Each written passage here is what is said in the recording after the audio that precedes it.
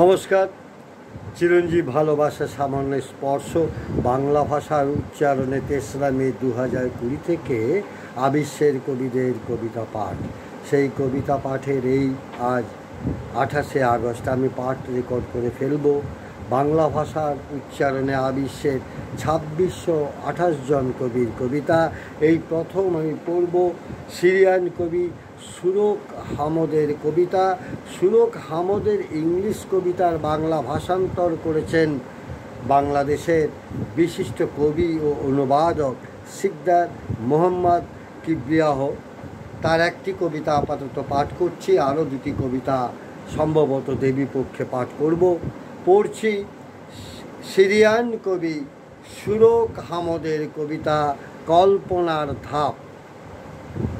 শিশির বুঝতে পারে না সে ঘাসকে তার ঘুম থেকে জাগিয়ে তুলেছে। তুষার জানে না ছোট পাহাড়ের মাথায় ধূসর চুল ছড়িয়ে দিয়েছে।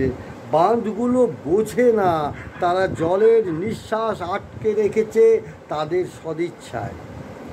কলমগুলো ভাবে না তারাই বৃক্ষের পদচিহ্ন। কবিতা জানে না এক মুহূর্তে এগুলো সবই হতে পারে। এই মুহূর্তটির কথা বলতে গেলে এটি হয়তো তাই যা কবি কল্পনা করেন অমরত্বের কথা ভেবে। গিলগামেশের সেই ধাপগুলো ভুলে গিয়ে যা তার পূর্বপুরুষ কবিদের মাথা খুঁড়েছিল।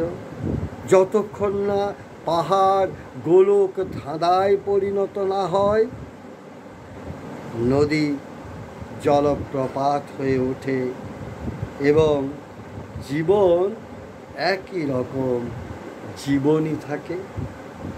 কবি সুরখ হামদ ও সিকদার মোহাম্মদ কিবরিয়াহ ভাইকে আমার শুভেচ্ছা ও ভালো।